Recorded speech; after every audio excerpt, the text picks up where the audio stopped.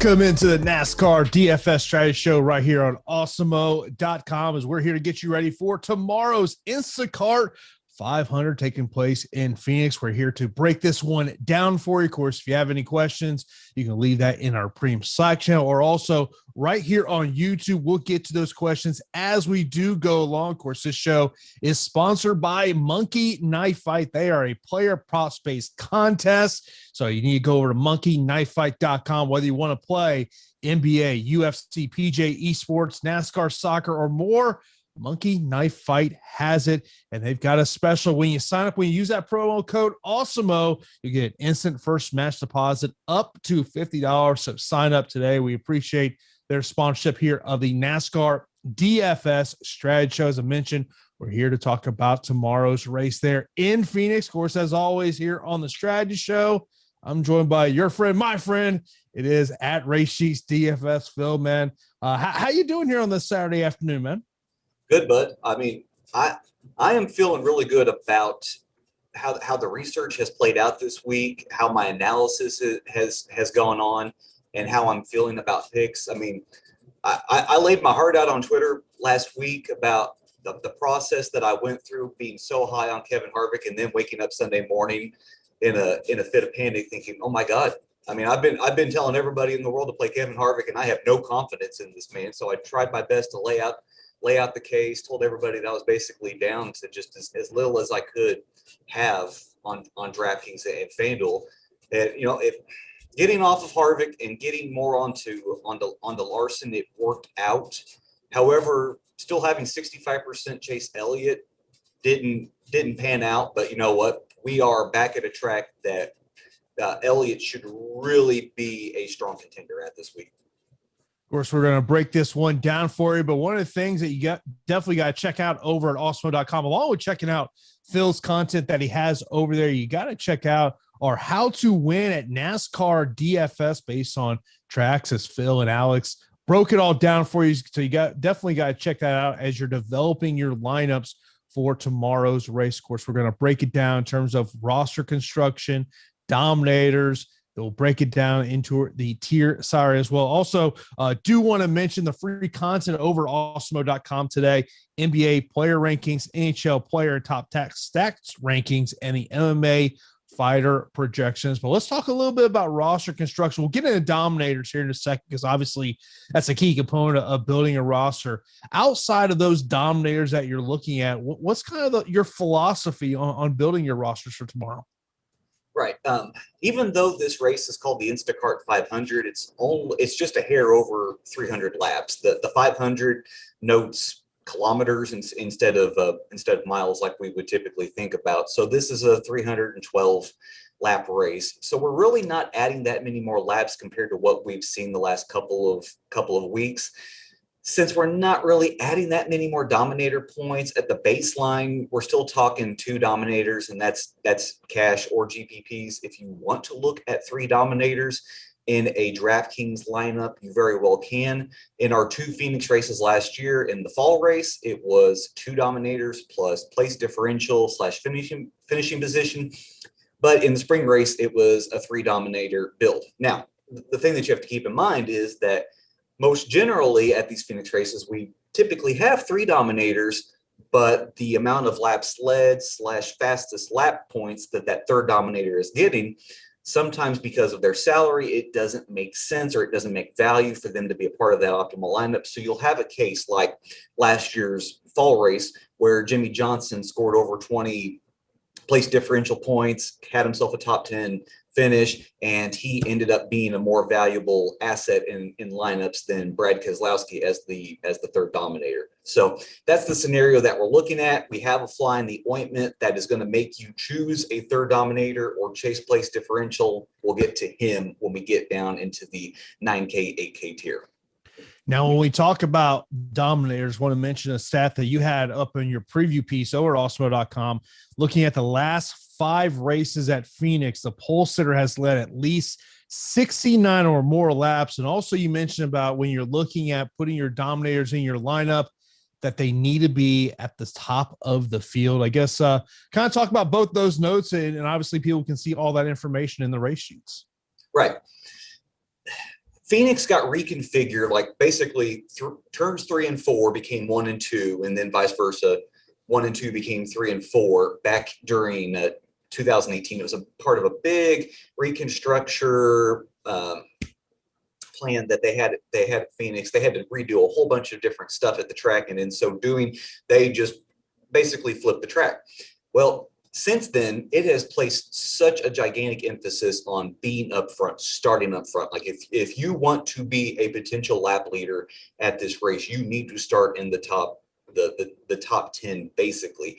And this goes with what we saw in the 750 horsepower package last year post COVID, that all of our top lap leaders, whether we're talking the first or the second guy that's leading the most laps, they are all coming from the top 10s. Very rarely did we see anybody starting worse than 10th who was going to be a top lap leader. And in the cases where it started working itself down towards 8th, 9th, 10th place, those are your races where you've got more laps, like a Bristol, like a Richmond. Like I said, this race only has 312. So we're not looking that far down the starting grid. So if we're looking at past Phoenix trends, we're looking at what happened in this package last year, where you're just going straight from getting the setup, hopefully correct at the shop, to the track and racing.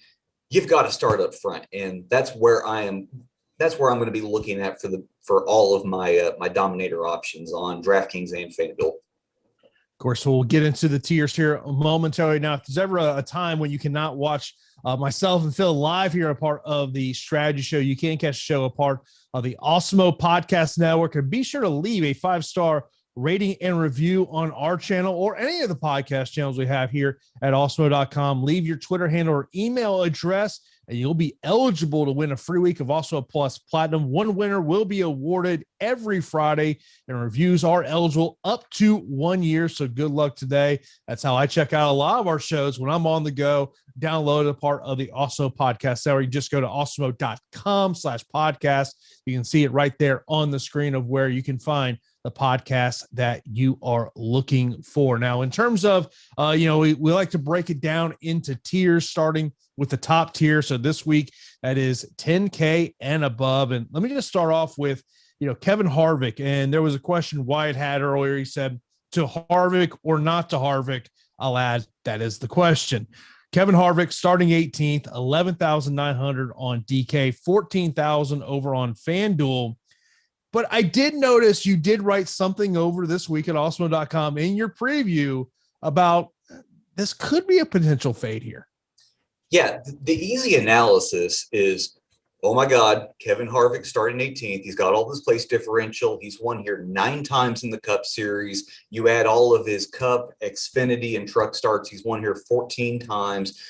Why shouldn't I play this guy? He was part of the optimal lineup last spring. Everything is pointing at to play Kevin Harvick, even at this elevated salary.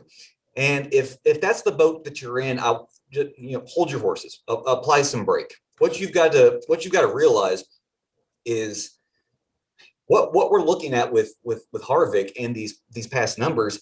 I don't think it's really representative of where he's at in this package currently.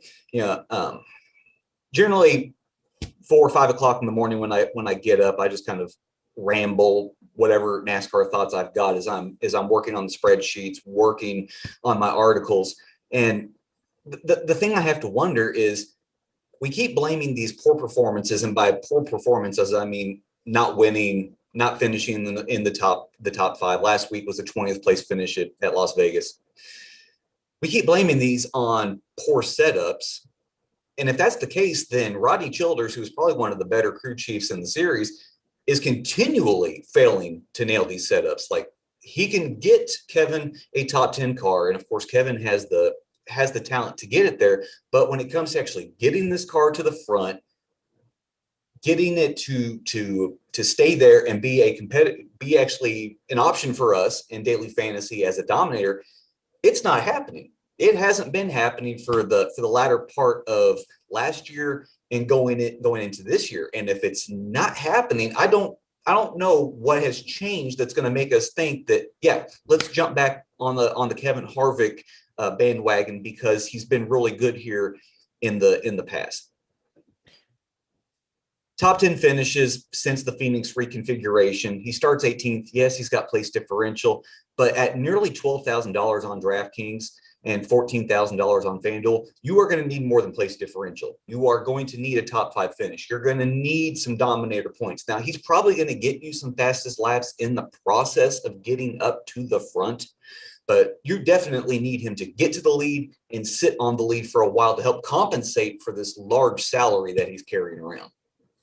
I mentioned a comment from Chris in the YouTube chat. He says, Harvick has watched a lot of my lineups too.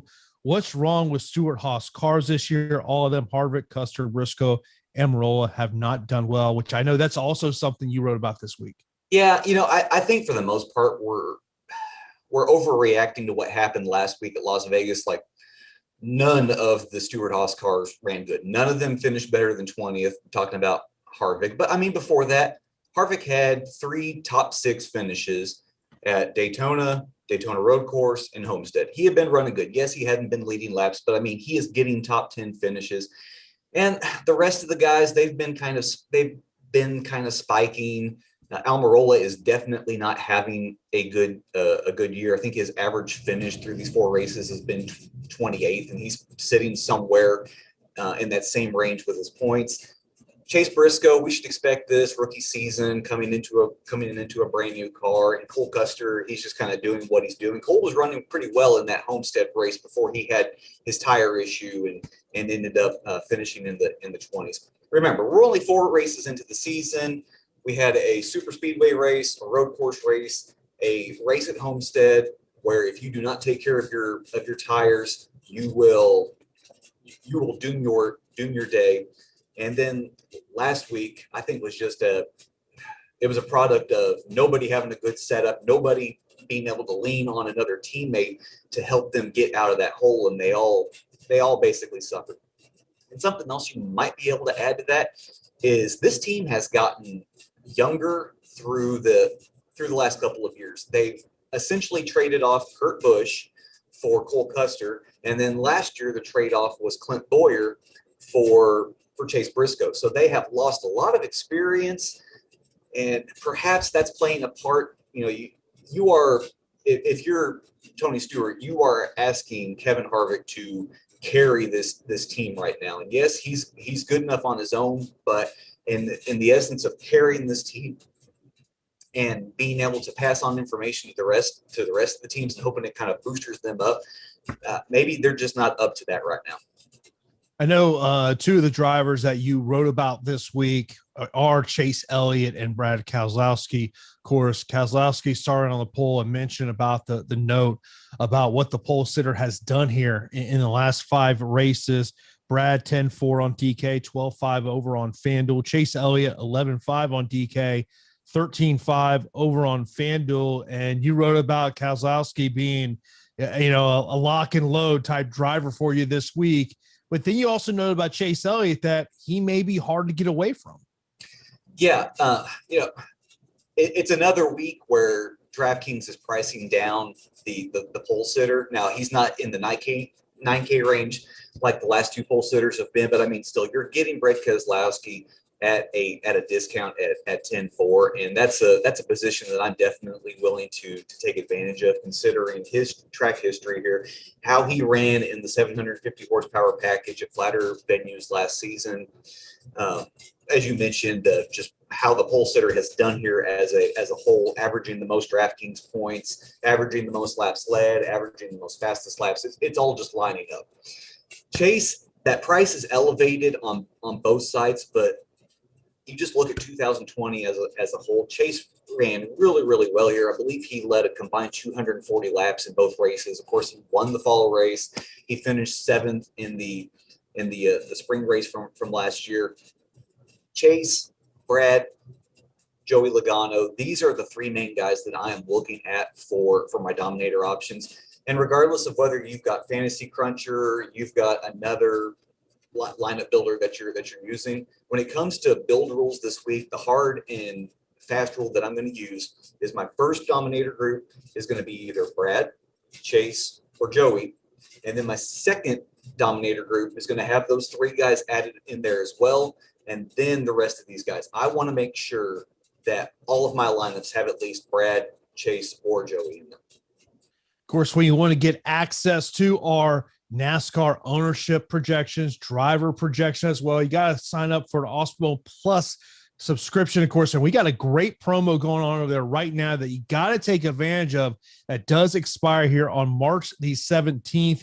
As for first-time users of Awesemo Plus, get 50% off Awesemo Plus weekly pass when you use the promo code Shamrock at checkout. That's $15 for Awesemo Plus access to all of our sports that we have over at awesemo.com. As I mentioned, this offer is for first-time users only. It is valid through March the 17th. You can see it right there on the screen. Of course, you got to make sure to use that promo code Shamrock to take advantage of this deal. As once again mentioned, it's for first-time users. So take advantage of that deal. As right before the show, I was putting in some in my fantasy crunch, because that's one of the things you got to add to your account. Add fantasy crunch. That's going to help you out a ton. There's three other drivers in this tier that we've not talked about. Joey Logano 9th, Kyle Busch starting 7th, Martin Truex starting 5th. Where do they kind of relate into potential dominators for you?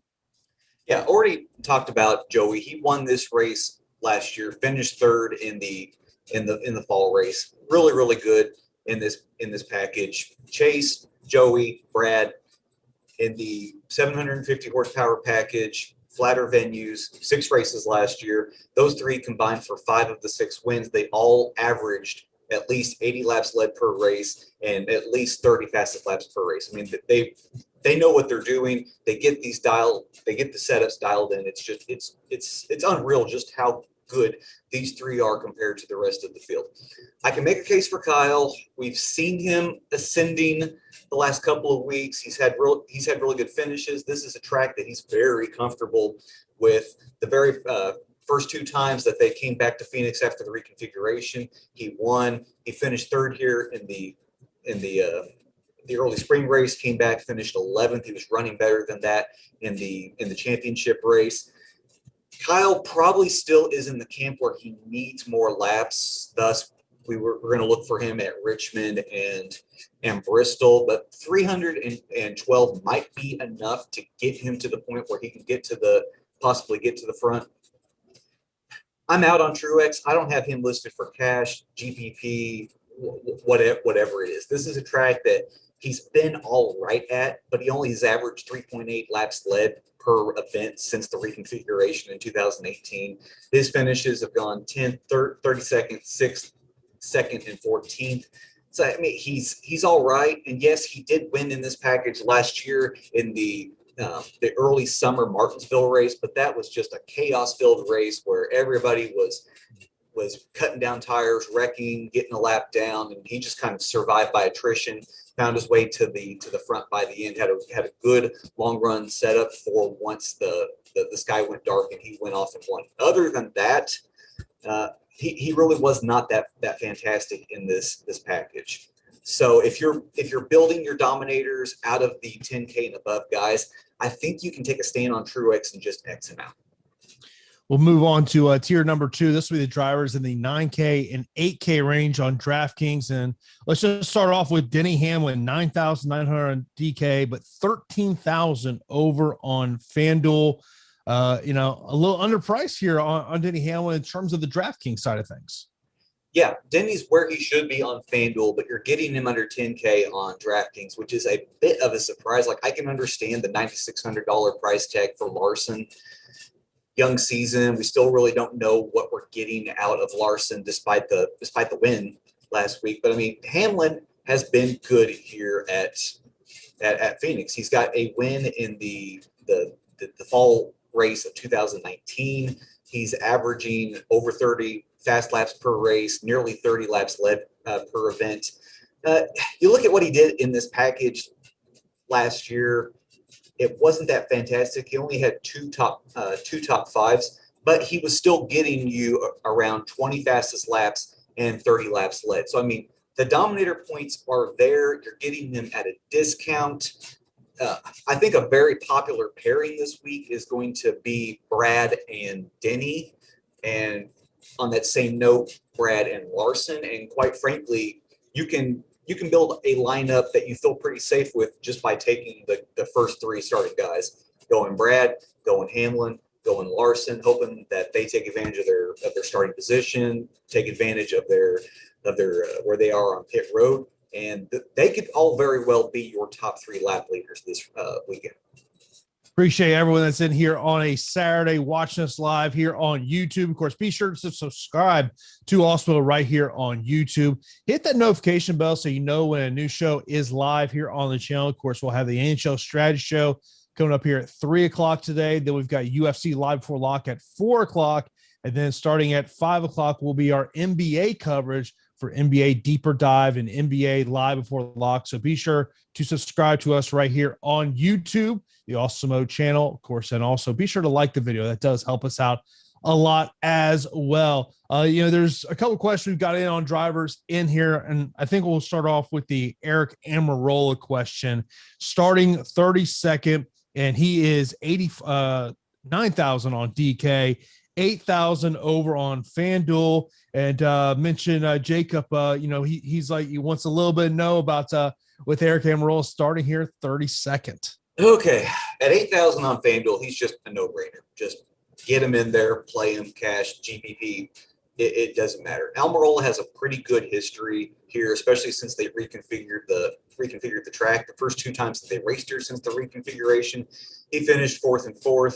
Last year in this package, he was actually a surprising source of Dominator points. I believe if you've got the race sheets open, there are people playing at home. Yeah, he's getting 10.3 fast laps and nearly 5 laps led per race. So I mean, if he's going to give you 20, 25 place differential points and then give you just a little bit of Dominator points, that's a cherry on top.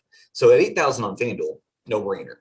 The problem is this 9K price here on DraftKings, especially when I've got Dominators priced above 11,000 with Logano and Elliott that I want to get in my lineups. And the problem is that if I play Brad and Chase or Brad and Joey, I probably don't have the salary to get Almirola in there. Of course I can, but then I might find myself double punting because we're talking about 3 drivers taking up $32,000 of your $50,000 salary cap. So then you're forced to spend the remaining around $18,000 for 3 drivers. And that's going to put you in a very specific range, and it's going to give you a very specific build that probably a lot of other people are going to be playing this week. So this is the fly in the ointment I was talking about. On DraftKings, you go 2 Dominators, you put Almirola in there. He's got good place differential. He's got a good floor. You may even have to play him just to block other players in case he has a blow-up day tomorrow. But for tournaments, you've got to question, will Almirola, with his finishing position and his place differential, outscore the likes of Hamlin, Larson, Blaney, who are going to have to get there via their Dominator points?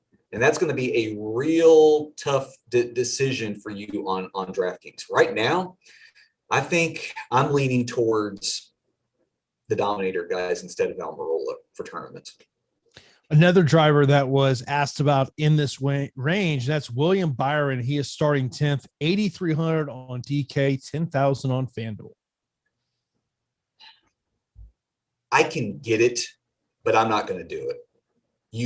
At 80, like if Byron was priced down around the Eric Jones range because he's starting 10th, then okay, we're having a conversation about what exactly does Byron do to maintain a top 10 finish and make value. But at 8,300, it's a tall ask. Like, not only are you going to that top 5 finish out of Byron, something he hasn't done here at Phoenix. Yeah, he's got some top 10 finishes, but he hasn't yet ascended to a top 5 finish. That was something that he failed to do in this package last year. But you are going to need some fastest laps in the process. I can't project him to lead any laps, but you are going to need him to find some line on the track that's going to give him maybe 10 to 15 fastest laps. And I don't know if you're going to get that out of him unless he has some really weird off-sequence pitch strategy that's going to get him out. maybe 10 to 15 laps in front of everybody else. And thus, because he's got fresher tires, he's going to knock down these fastest laps. But if that's happening, then something screwy has happened on the track. So I am out on Byron, especially at $10,000 on FanDuel. That is a salary that you cannot pay for Byron starting 10th.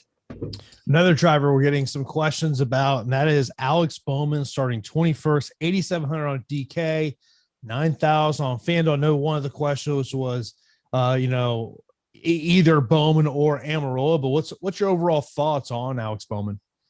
Yeah, Bowman might be a nice pivot off of Almirola, but we've got this weird scenario where Bowman's average finish in these 6 races utilizing this package last year was 11th. And considering he starts 21st, well, yeah, I mean, that's average it out. We'll give him 10 place differential points, and that might work out. But at 8,700, you need more than 10 place differential points. You need that top 10 finish. I mean, as much as I'm arguing against Almirola, there's almost no scenario here on DraftKings where Bowman is going to outscore Almirola because Almirola has that much more place differential. And the other tough thing is, yeah, he's got this 11th place average finish in this package, but when you compare that to what he's done historically at this track over the last 5 races, his average finish sits at 23.6. Now, last year he had finishes of 16th and 14th, which were his best. But I mean, crap, if a 15th place finish is what you're kind of hoping for out of Bowman, then yeah, I mean, Bowman is definitely hands off, tournaments or cash. Looking at the rest in this tier, so we got Kyle Larson starting 2nd, Ryan Blaney starting 8th, Matty D starting 20th, and Christopher Bell starting 4th. So we got a couple of drivers that you mentioned about in terms of dominators, and we're looking at that dominator bill, whether you're going 2 or 3, that you want to have them starting in the top 10. We got a couple of those drivers here. Yeah, I really like Larson, and this isn't just chasing what happened last week, because obviously we're at a short track, different package, but Larson in his time at Chip Ganassi, he ran really well here, especially since they did the reconfiguration. No finish was worse than 6th in those 4 races. Now, his dominator points were definitely lacking, but Larson always had this issue where he didn't qualify well. He would never qualify towards the front, so he didn't get himself to start off the race in a spot where he would be able to contend to lead laps. Now he starts 2nd. This is Jimmy Johnson's car. Jimmy ran pretty well here in that fall race, like we've talked about. So Larson as a dominator, still under 10K. That's a case I can make. Blaney, I've got him highlighted as a dominator option, but Blaney was better at Phoenix in a different short track package. Like, you go back to 2019, his finishes were both 3rd and 3rd. He led laps in those events, but not the same low downforce, high horsepower package that we're looking at this week. I think he could, the Penske correlation is strong there, but I don't know personally if he can just outmaneuver all of the rest of these guys that are starting up front with him. Christopher Bell, I highlighted him in the betting article as a potential top 5 bet. The only thing that I can, it's a weird corollary, is that his crew chief is Adam Stevens. Adam Stevens was Kyle Busch's crew chief when he was running so well here. So perhaps the Kyle Busch's finishes were more an effect of Adam Stevens than Kyle Busch. And if you wanted to take that road, that really weird road, I wouldn't play Bell in DFS, but his numbers were looking pretty good for a top 5 finish on DraftKings Sportsbook. Of course, you mentioned about the DraftKings Sportsbook. When you want to shop the odds, the place you got to go to is OddsShopper, oddshopper.awesemo.com. Use it to find the best line available on the game or player prop you are betting on. To give you that edge to beat the house, head over there to www.awesemo.com to see what the betting lines are for whatever game or prop that you are looking to play. As we now move on to tier number 3 here. First off, I know there was a Tyler Reddick question. We'll get into that here momentarily. Kind of want to go down a little bit here in this tier and mention about a driver that you believe has some upside on DraftKings, and that's Cole Custer, 6,700 and starting 24th. Yeah, I'm kind of swaying myself to the point, and God, I ended up this way last week, and it didn't end up being beneficial whatsoever. But I think that Custer's going to probably be one of the core members of my lineups on DraftKings and FanDuel this week. You look at DraftKings in this low 7K, high 6K range, and Custer's the only one that I have any sort of comfort with. Like he's shown me a bit of promise. He finished 9th in the spring race here last year. He was running top 15, top 13 before he had to make an untimed pit stop that put him a lap down, and then his day was finishing 28th. So I feel like I can trust him with that place differential and that salary just more than anybody else in this range. I really hope that this isn't where we're at going forward, but based on what happened last week and where we are this week with these salaries, from that 7,400 through 6,500 range, you're never going to feel just overjoyed with these guys. Like there will always be a case that you can make against Austin Dillon, against Chase Briscoe, against Bubba, against Eric, against Ross Chastain, against Ryan Newman, against Chris Buescher. All of these guys are never, unless they've just got tons of place differential, and if they do, then they're not going to be in this range. So, if you don't feel comfortable building lineups, and it's because these guys, don't worry. A lot of other people are in the same boat with you. You mentioned about Chase Briscoe. That's one of the drivers that we got a question about. Jacob would like to know your thoughts, as Chase has been popping up for him a lot. When a driver tells you that he does not like a track, you should listen. And that is exactly what Chase has said. Chase does not enjoy this tracking. God knows what it is. I mean, maybe he's had a bad experience here in his Xfinity time and his truck time, maybe in the ARCA series. God, maybe he met a girl on Tinder and he got catfished. God knows what happened with him at this track, but he does not like Phoenix. He has publicly stated this. His finishes definitely bear this out. So if he's going to go on the record and say, I do not like this track and I am looking forward to next week, it's probably a good idea to just leave Briscoe alone. That being said, he starts 26th. He's got place differential. I'm not a fan of him on DraftKings. It's set at 7,500. I'd rather go up or down. But at 6,200, there is some wiggle room there left for him on FanDuel.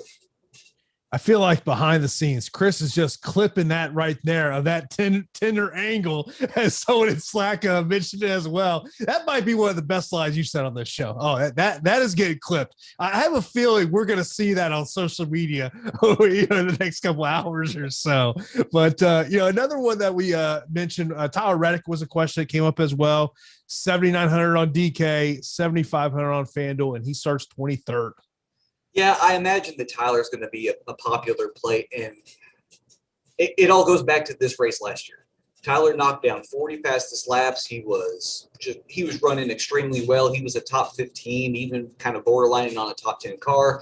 And as Tyler typically does, God bless him, he ran it a little too aggressive, cut down a tire, went into the I believe he ended up in the wall, finished his day 33rd. What's different about that race than today? Last year's race, they laid down a bunch of PJ1, the sticky substance to help give drivers more traction. I don't believe that they've gone to that extent this time.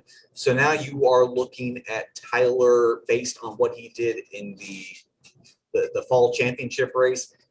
And he finished 19th. If you look at what he did in this package as a whole, the flatter tracks, 6 races, his average start was 19.3. His average finish was 18.8. And his average running position sat at 16.6. So I really don't think there's a lot of movement to milk out of Reddick. If he's going to be a valuable play, whether cash or tournaments, it's going to be because of attrition. Looking at some other drivers in this tier that we've not talked about. So we got Kurt Busch starting 12th, Austin Dillon 13th, Bubba Wallace 25th, Eric Jones 14th, Ross Chastain 22nd, Ryan Newman 19th, Chris Bircher 17th, Michael McDowell 16th, Corey LaJoie 33rd. I know there was a question earlier about Bubba Wallace. It was basically just, what do we do with him? Bubba is definitely not having the start that he could have envisioned. Like, they get away from Daytona where he ran really well. The road course is what it is. But then these last couple of weeks at Homestead in Las Vegas, he just hasn't ran well. Now, last week they pointed to an O-ring on, I believe it was either a fuel pump that just it went out on the very first lap, and his crew chief said that they dynoed this sucker multiple times trying to get everything straight, especially after what happened at Homestead. Had no failures whatsoever, and as fate would have it, start that sucker up on the first lap for Las Vegas, and that's when the O-ring decides, nah, I'm good. I'm going to leak everywhere. They have to go get it fixed. He's 5 laps down, and he just has to struggle and fight his way. Eventually, he picks up spots throughout the race, but it was only because drivers were wrecking out. What are we going to get out of Bubba here at this track? This is a track that he's given you all right results. He finished 15th and 19th in these races last year, but those were due to attrition, pit strategy. They just kind of fell in his favor. I think you're probably looking at another 18th to 17th place finish out of Bubba, and that's just assuming that nothing weird happens once again for this race team. It's the Joe Gibbs car number 5. The Joe Gibbs cars typically run here pretty well, and considering the ties to Denny Hamlin, they're probably just going to throw whatever setup that Hamlin has onto this car. I like Bubba, cash play if you're there. I don't know if I'm so hot on him in tournaments, because down around this range, I can make the case for cheaper guys that I think might be able to finish a little bit higher.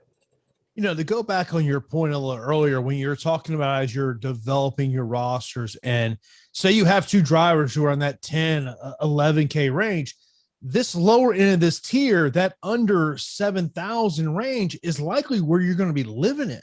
So as we look at the drivers who are in that 6 to 7K range outside of Cole Custer, who is that driver that people should be looking at? I'm never excited to roster Ryan Newman, but I think this might be it. And I'm going to say the same thing for Chris Buescher. Michael McDowell's a little bit tougher to get on board with, because conceivably there should be a step down in performance from Roush Fenway to front row motorsports, but that's been debatable for the last couple of years. But Newman, Buescher, these are guys that should be able to just hold their position and stay where they're at, not worry about getting a lap down, and then you're just kind of hoping at the end of the race that they can pick up a few spots. I hate to say, Jason, this is the point I was making, but all of these guys, save for Custer, practically all of these guys from Eric Jones at 7K down to Corey LaJoie at 6K, there is just nothing inspiring about these guys. DraftKings did a fantastic job of placing these salaries where you are really having to question just what is the upside of these guys at these numbers. Of course, once we get done with tier number 4, we'll be answering listener questions. Of course, if you are not subscribed to Awesemo here on YouTube, be sure to subscribe to the channel. Hit that notification bell so you know when a show is live on the channel. Of course, also be sure to give this video a thumbs up. We really do appreciate that. So let's move on to tier number 4. So these are the drivers who are under 6K. And I guess we're really going to probably profile 2 drivers here. One of those being Anthony Alfredo starting 28th. The other being Daniel Suarez starting 27th. And you wrote this week over at Awesemo.com that Alfredo is the safer play here, but Suarez potentially has a higher upside. Yeah, this is really, considering they're only $100 apart on DraftKings. Now there's $1,000 separating them on FanDuel, and that I think that's really just going to come down to your roster build. If you have to decide between Suarez and Alfredo, it's more or less what you've done with your high price dominators. But here on DraftKings, I've got both these guys listed as cash plays if you are down in this range. And the question is, Suarez has seen this track multiple times. The Xfinity Series, he's seen it in the Cup Series. He knows what this track is like. But brand new team, and typically at the 750 horsepower package races, these lower funded teams, they don't quite do so well. You know, there's more R&D money that go into these races, so you don't see them do as well compared to the mile-and-a-half tracks. Alfredo, as far as I can tell, has yet to see this track, but this is a team that knows this venue well. They've been coming here plenty of times. They can get him dialed in. And Alfredo, every week, he gives us top 25 finishes. He just goes out there, he runs his laps. He might finish a lap down, but he's playing it safe as a rookie. He's not doing anything to endanger himself or the car. He is not playing the same game that John Hunter Nemechek was playing in this car. I believe I alluded to it that Nemechek gave you the peaks and the hills with his finishes, but Alfredo's not giving you the valleys that Nemechek did, where he just be a little too over aggressive and finish, and then you end up losing 15 place differential spots in the process. So the question is, do you want the guy that has a little more upside in Suarez, or do you want the safety with Alfredo? And if it's cash, I think you just might take the safety. Yeah, I know when I was doing my crunch before the show, Davidson was coming up a lot for me. And, you also look at, and I just know because some of these drivers have come up in chat, so we'll just kind of get your brief take on two of these drivers, Ryan Preece and Ricky Stenhouse Jr. Ooh, okay, yeah. Ricky got priced down a good $1,500 this week, and it's because of that 11th place starting position. Ricky, not good in this package, definitely not good at Phoenix. Ricky feels like he's destined to fall back a good 10 spots by the first caution that they're going to have. I believe it's going to be like lap 25 or lap 30. I'm out on Stenhouse. You might try to make yourself a case for him, saying, "Oh, well, he can hold his position." Blah blah blah blah. I don't see that. Preece is probably in that same boat, but starting 15th, you might be able to make a case that, quite frankly, if you are in the 5K range, I say you exclude Preece, you exclude Stenhouse Jr., you definitely exclude James Davison, even though he starts 38th. I mean, what is his ceiling? He's going to pick up 3 or 4 spots, and you're paying $5,400 for that on DraftKings? No. You either go up to Suarez and Alfredo, or you work your way down to Haley and Yaley, who I much more prefer here on DraftKings. Of course, one of the great ways to talk with Phil is in our premium Slack account. Of course, that's a great perk that we have of the Also Plus subscription. Johnny Rose is in there. Got a question coming up here for Phil. So you can chat with myself, Phil, the entire staff here at Awesemo.com as we help you develop your lineups for whether we're talking about NASCAR or maybe it's NBA. Baseball is right around the corner. UFC courses going on each and every week. So that's one of the great perks we have over at Awesemo.com is our premium site account for our members. Mentioning about that question, we will get into listener questions now. From Johnny Rose says, Phil, it wouldn't be a Saturday without asking for your Xfinity thoughts today. Play Ty Gibbs. Play Ty Gibbs. Play Ty Gibbs. He's back in that Joe Gibbs all-star car. And even though his price got nearly doubled compared to what it was at the Daytona Road Course race, he's still underpriced. He starts, I believe, 27th today. He won the ARCA race last night. He's been really good here at Phoenix before. There's just no reason why you don't play him unless you've got some silly theory about playing ownership. I don't think it's worth it with Gibbs. The dominator options that I've been considering for this Xfinity slate, it's Allmendinger, it's Brandon Jones. Even though he's priced up, I still believe that you can make value with Justin Allgaier. And if you're down at just the doldrums of the roster, there's this guy named Blaine Perkins. He's starting in I believe it's the 23 car, which is what Reddick has been driving the last couple of weeks. This is I guess you would consider it a mid-tier car. He's got experience in the ARCA West series. He's starting 28th. He's probably no better than 20th or 21st, but at $4,700, he's got an easy path to making value today. You mentioned about Alfredo and your thoughts with him. I do want to mention this question that we got over in YouTube from Gabby. Says, who's your lowest owned and would you go down to? You mentioned about Alfredo, but Gabby mentions McDowell as another option. What's your take on maybe a McDowell over Alfredo? So when it comes to these cheaper run teams, I'm always going to find the guy that's got more place differential just because I want that built-in safety. If you are down in this punt range, like I said, I think the lowest you should find yourself going is either Yaley at 5,200 on DraftKings or Justin Haley at 5,000. Conceivably, Haley should be the better play in the better equipment, but this is Yaley's hometown track. He's seen this place plenty of times. He's racing in the Xfinity race today, so perhaps that track time will refresh him with this venue. So yeah, I mean, if you are punting and you are down this range and you need somebody for salary relief, those are the two guys I would look at.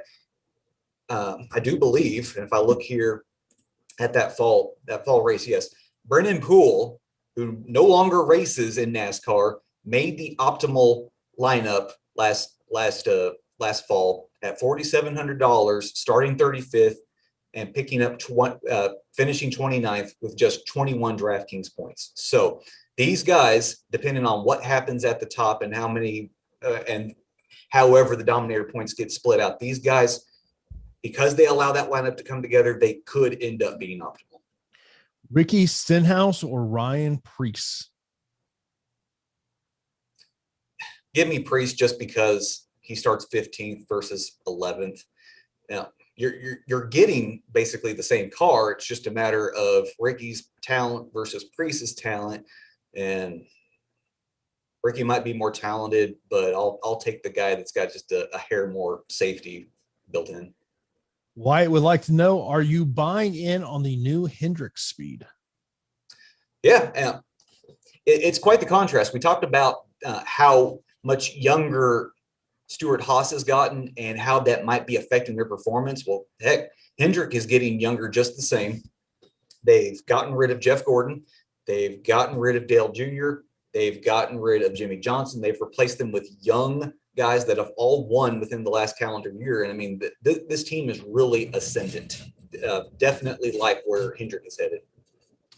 Would you prefer LaJoie or Alfredo on DraftKings with a $200 price difference with a 5-spot differential between them? I am concerned about LaJoie. And I mean, sometimes you can't fault a driver, but when a driver's equipment continually falls apart and it's essentially a brand new team, you have to be worried. Now, the funny thing is that Justin Haley, who's driving the 77, whereas LaJoie's driving the 7, Haley's not having these issues. So it could just be something random related to this team that they're getting. They're getting the same parts, but it just happened in back-to-back weeks that the 7 team's the one that has gotten the bad part versus the other one. LaJoie's overpriced. We need to see more out of him. Yes, he starts 33rd. Oh my gosh, there's place differential there. But I mean, literally, what is his ceiling at this point in this car? I don't think you can play LaJoie. Maybe there's a case on FanDuel at $3K. If you are seriously considering playing LaJoie, just save the $1,000 and go down to Haley. With potential dominators, if you were to choose one besides Elliott and Brad, which one would you like the most? It's Logano. Those three are going to be in every single one of my lineups. And then in that secondary group, there's going to be a lot of Hamlin. There's going to be a lot of Larson. Thoughts on Ross Chastain?